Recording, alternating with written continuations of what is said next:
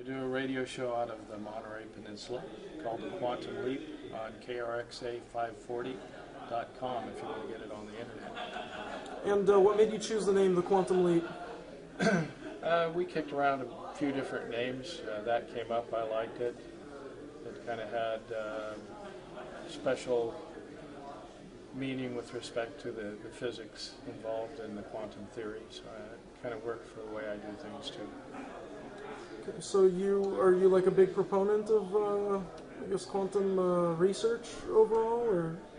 Well, the idea of quantum mechanics in its simplest state is that everything is involved with everything. So when you're looking for a unified field theory, as I understand it, that would be what you'd have to include.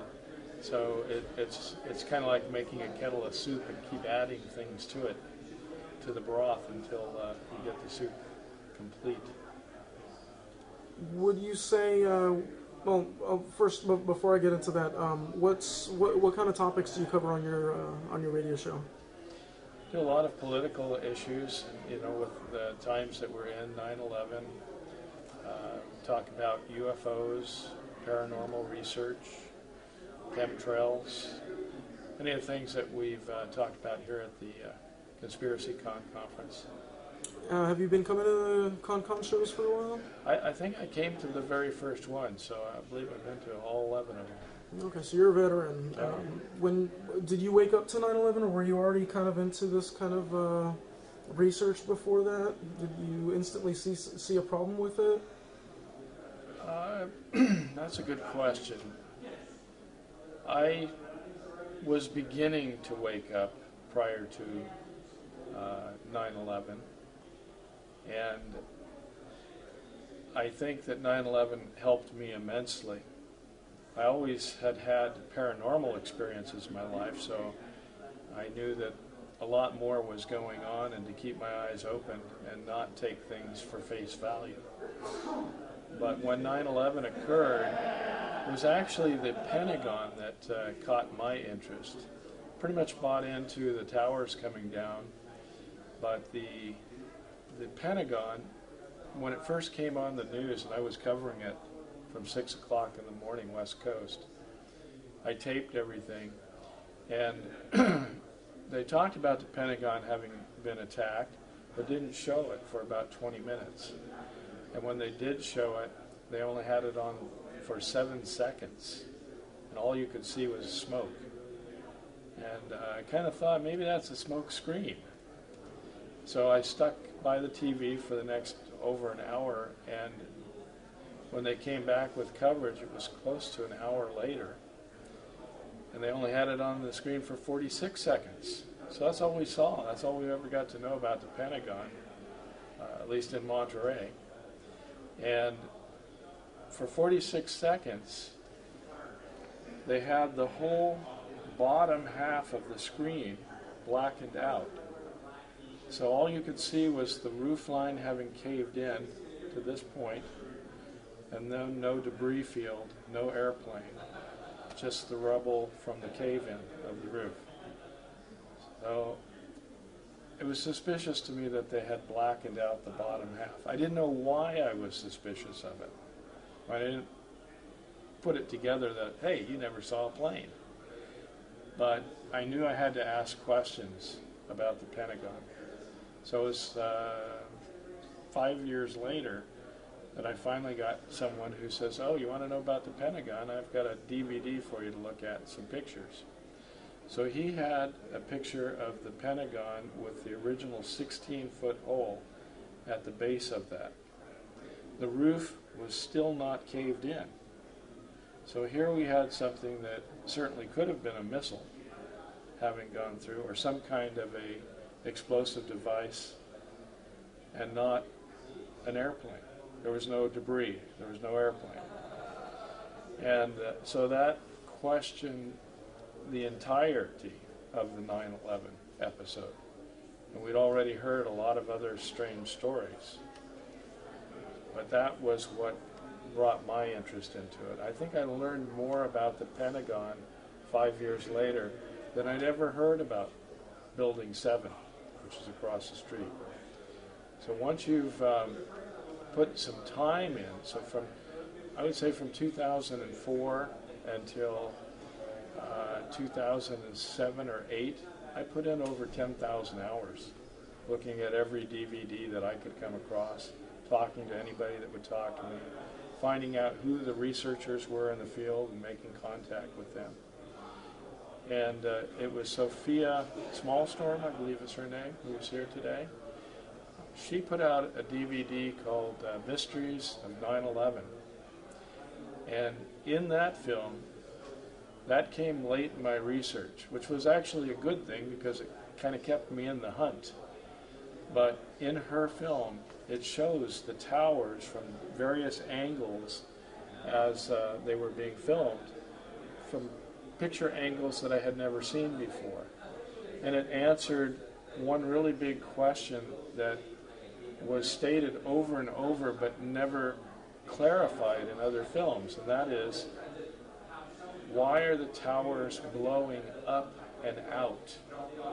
Now in her footage, you see as the towers are coming down, but they're also blowing up and out, making a mushroom cloud.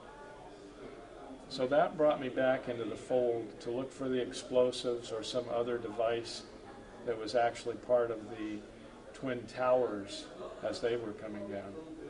And then most recently, Dr. Judy Wood has come out with her book, Where Did the Towers Go?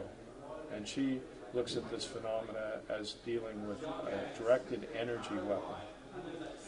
I think as time continues, that's the direction that we're going to find probably the truth of what happened, and that's going to take us back to the truth of who did this. Have you looked into ClimateGate? ClimateGate, with respect to, no, not so much the term ClimateGate, no. Well, there was these emails that appeared. We're still not too sure if it was hackers or if they were leaked from the University of East Anglia in Climate Research Unit in England, where some people were. Well, some of the emails indicated that the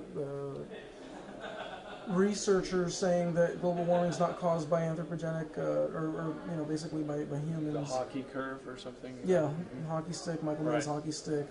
There were 1,000 emails, over 1,000 emails. There were about 2,000 documents also, which some people indicate is how the data was skewed. What's your take on global warming? Because you seem to have a very very broad zoom-out approach to, as evidenced by the conversation we had earlier, where you seem to kind of look at everything, take everything into consideration, versus just using a shotgun approach here and there. So hopefully you can shed some kind of wisdom on.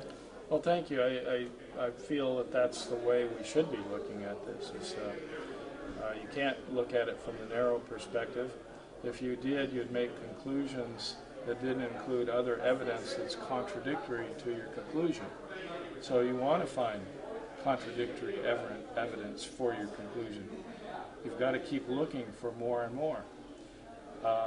Ideally, the way to grapple a problem like this is to keep asking questions, and they become unanswered questions. It's like constructing a puzzle with all of the pieces but not knowing what the puzzle looks like. So as you get pieces that fit together, you still have pieces that don't seem to go anywhere, have lots of questions on those pieces. But as you continue to build and answer some of the questions, the pieces begin to fit. It's a puzzle. I kind of liked puzzles when I was a kid, I guess. But directly on your issue of ClimateGate, I do a radio program at a station that calls itself a progressive radio station. I think that's unfortunate. If they want to call themselves different, that would be good, but to label themselves progressive means that they've stopped somewhere in the search for the ultimate truth. And so truth is ever evolving. It's a better understanding. That's what truth is, a better understanding. ClimateGate. At our station, again, we have people that say, if you're a global warming denier, we don't want you around, as opposed to having a discussion where you can become oriented with different points of views and see what overlap, what fits, and what should be discarded. So again, at my station that I'm a part of, we have some very fixed views. I don't have a final position on global warming. I have a lot of different researchers, though, that I have access to. So one theory of the global warming saga is that the entire solar system is warming up. Therefore, we would expect to see a slight increase on this planet as well. Another theory is that we go through cycles. We've had many different ice ages. It got hot, it got cold. But when you look at ClimateGate, I'll be 65 this year. And going back to probably the early 80s is about when I remember hearing that the tides were going to rise because of global changes and global warming. And they were making these ridiculous predictions of 2 to 3 feet a year.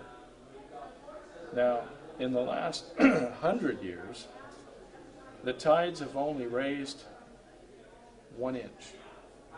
And that's probably because of all of the trash we put into the ocean.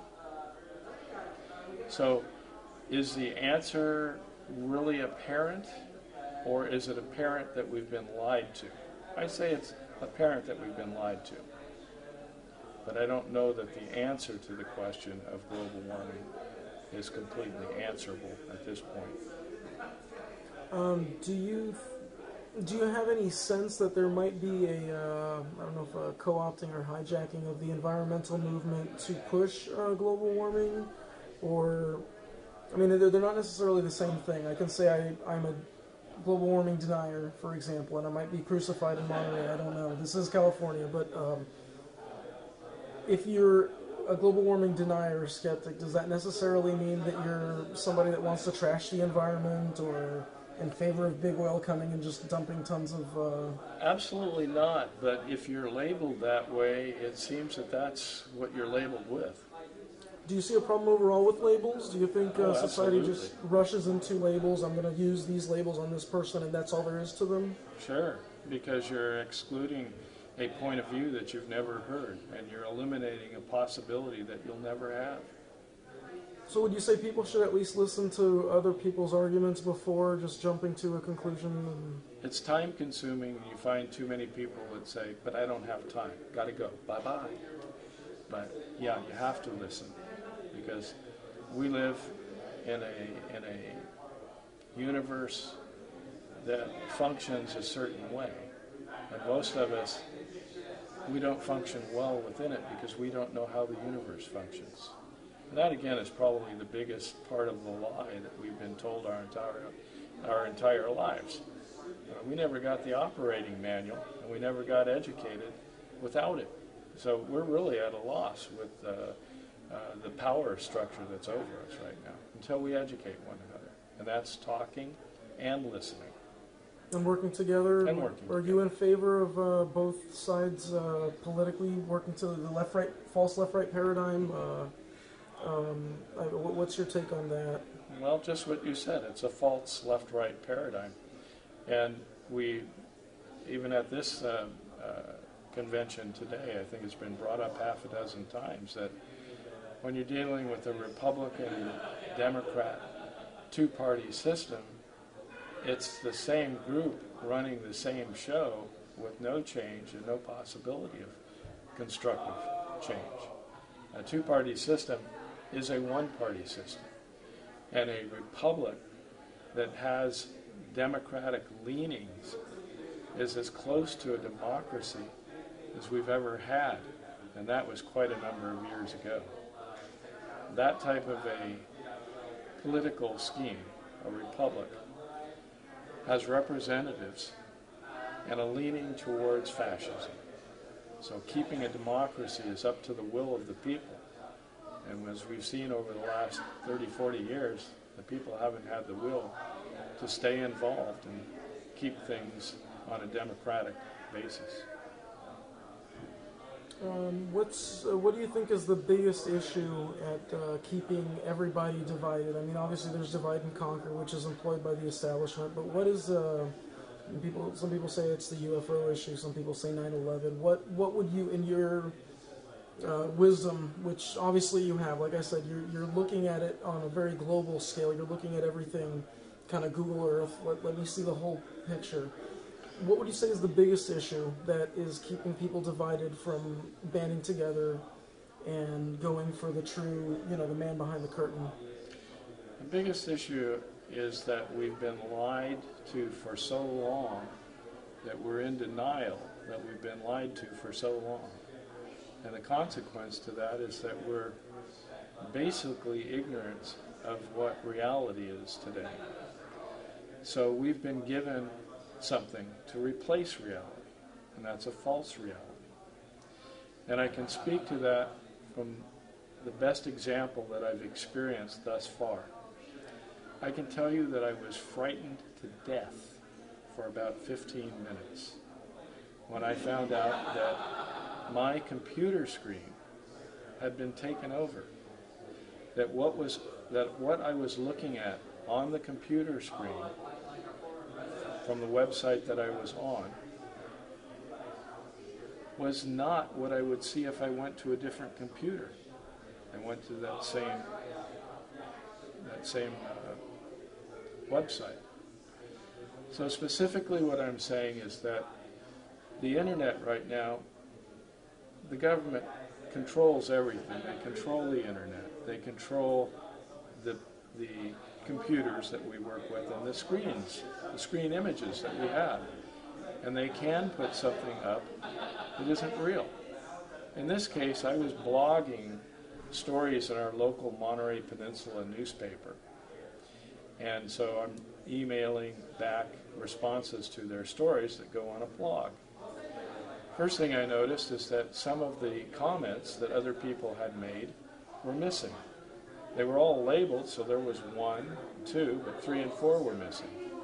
And there was my number 5, but the next day when I went back, my number 5 was missing too. So we were getting a reality screen that eliminated half of the comments, the half that they didn't want because they didn't portray the propaganda that they wanted out of that particular story. Ultimately, although my comments were missing, I started blogging lots of comments. And eventually, they put all my comments on. When I went to a different computer, none of my comments were there. They had created a reality screen specifically for me, and they can do the same thing for you. So when I figured that out, I had a rush of fear. And then I said, wait a minute. These guys are trying to trick us every which way they can. It's time to face our own fears, and I thank them very much for that opportunity. But our computers can be used against us to create a reality screen. Do you think that our media is purposely mortal? I mean, whether you're talking about a DVD, a USB flash drive, a newspaper, it has a very finite lifespan.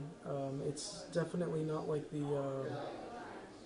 some kind of metal or a stone slab that the Sumerians would have used, or even a old newspaper. Mm-hmm. Well, I'll be 65 this year, and when I was growing up in grammar school and junior high, on a rainy day, I'd go to the library. And one of the things I enjoyed doing was going upstairs to where they had all of the newspapers, and they had them tied into these into a big book of newspapers. So you might have a whole month of newspapers, maybe 6 months of newspapers in a book, and you could just thumb through the pages.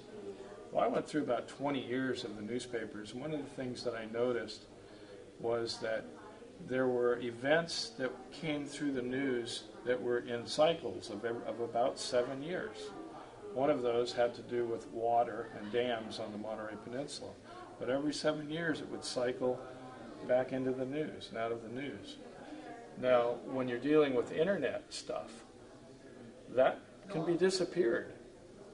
When we had the hard copies of the newspapers, you could go back and you could research it.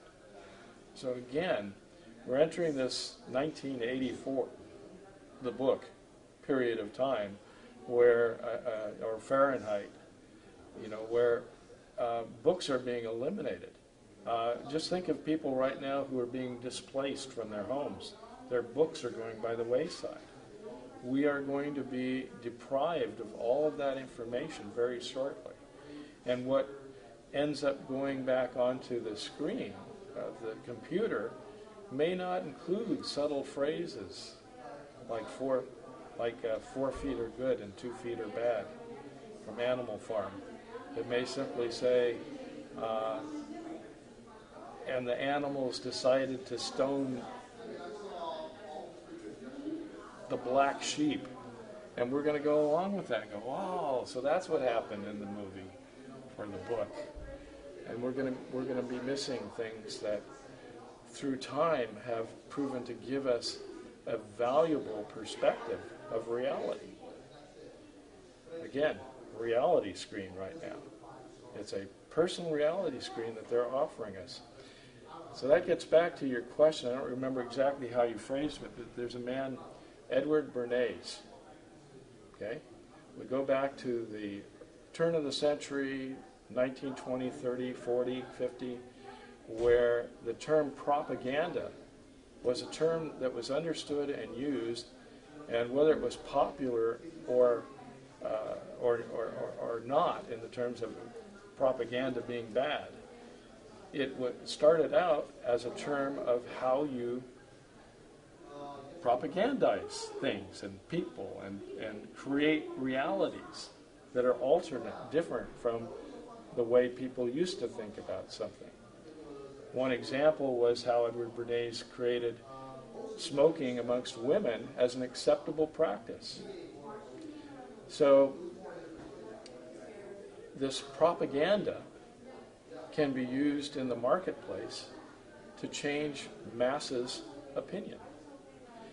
Now, it became that the word propaganda took on a bad meaning because we had communist propaganda, we had political aspirations of how propaganda was being used against us.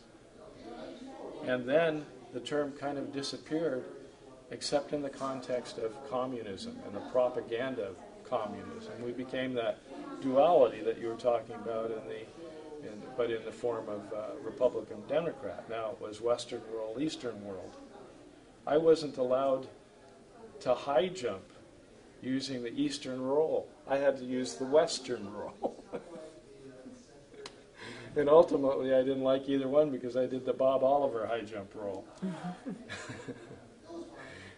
But Edward Bernays, with the term propaganda, changed the face of the world in a very short period of time. And today we use the word public relations in every aspect of our lives when we should be using the term propaganda because they equate to mean one and the same. Public relations, propaganda. For those who don't know how it was made acceptable for women to smoke, or how that was pushed to the female half of the population, how exactly was that? What was the trick that was used, or the method? You got a bunch of ladies that looked really hot and put cigarettes in their mouths and made them come on board and say, "We're going to smoke." And the rest of the women said, "Yay!" And my mother died of lung cancer at 67. Sorry to hear that. So we've done a lot of dirty things while we've been alive, but it's made it quite interesting. And I could leave you with one thought, and that was my Uncle Frank, who said not to take it so seriously because none of us are getting out of it alive. Somehow I think he was on to something. Definitely. Do you have is your show available on streaming? Yes, it's krxa540.com, and then click on the tower. It's only good for live broadcasts, and they're Saturday night from 9 to 11 p.m. West Coast time, and Monday evenings at 8 p.m. Okay.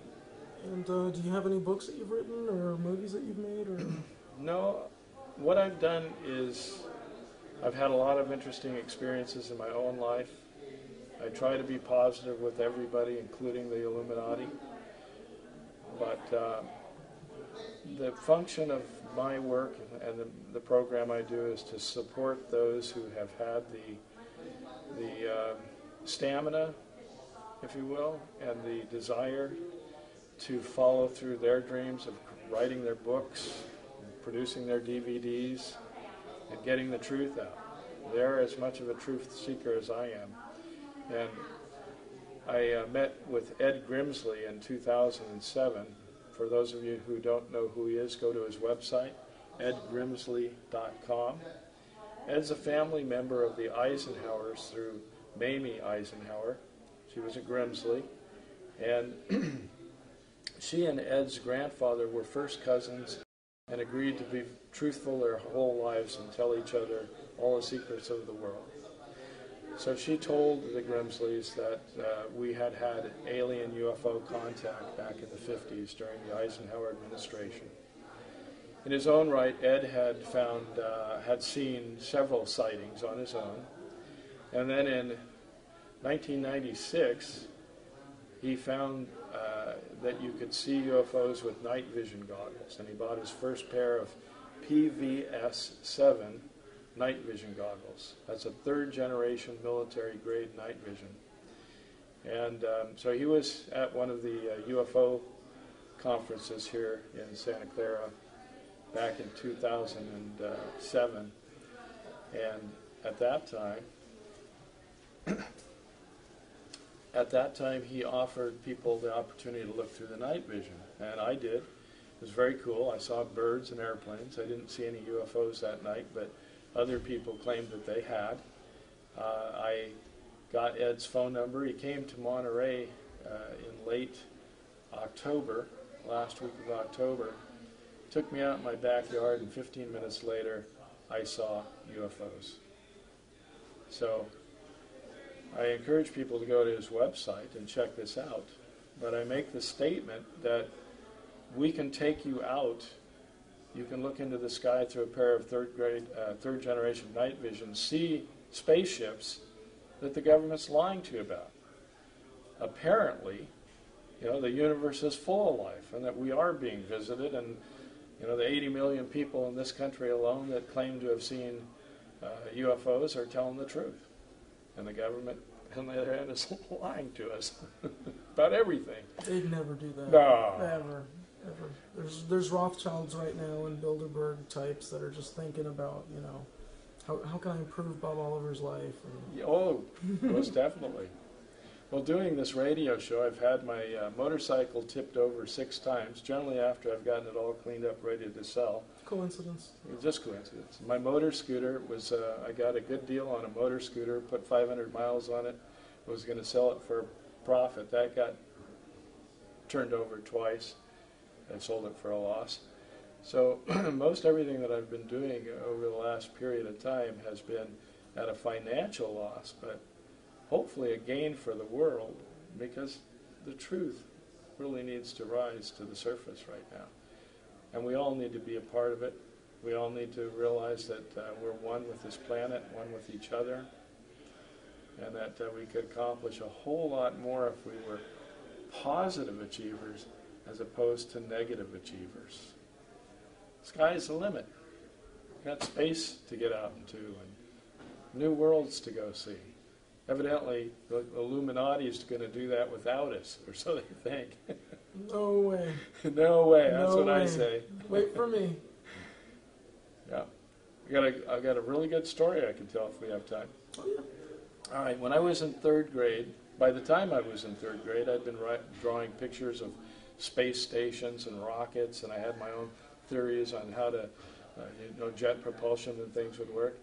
And my 3rd grade teacher wanted an essay on what we wanted to be when we grew up. So I said, I want to be an astronaut. I wrote a paper talking about how we would get rockets out into space in orbit and create a space station. Then more rockets would come up, and we'd build a bigger rocket. We would refuel this rocket, and from space it could leave with a lot of fuel on it and go to another planet. And my third grade teacher, when I read this paper in front of the class, she laughed and she laughed and she said, "You kids with your imaginations." Well, that was 1956. We hadn't had a rocket into space that we had been told about. We didn't have satellites in space yet. We were told that UFOs were swamp gas. We already were being lied to about everything. And so in the bicentennial year, which was 1976, I got an invitation from my third grade teacher to be the guest of honor at her open house. And when I was in her class, when most of the kids before me had been in her class, she did Hopi Indian and Hopi Indian prophecy. We built pueblos and we practiced squashing acorns for cornmeal. And the whole thing had changed, though. I went into her classroom, and from ceiling to floor, it was everything about space and exploration of space. And so I was honored in that way. And then in early 2007, she passed away. And I went to her home and met her family, told them that I was one of the students. And eventually the conversation led to my interest at the time, which was before I had seen a UFO with the night vision goggles. And I talked to them about UFOs and I asked if they'd ever seen one. And they looked at each other rather strangely, like, should we tell him? And then they said, well, come on in the living room. We sat down and they told me the story about how their mother had seen a UFO. It had landed in the lot across the street, which was vacant in those days. So I didn't get the exact year. I'd say it was probably 1970 to 80. So either just before I saw her in the class or after. And she'd never mentioned it to me. But they claimed that beings got out and spoke with her telepathically, asking her if she would like to go with them aboard their craft and live with them, live the rest of her life with them. And she said, no, thank you very much, but I have my family here and I'd like to finish my life here with my family. Interesting story. I think it was true. I don't think what we've heard about 9/11 is true. Oh, please. Not the government version, anyway. Look, you need to just trust popular mechanics, okay? Stop questioning. Popular mechanics.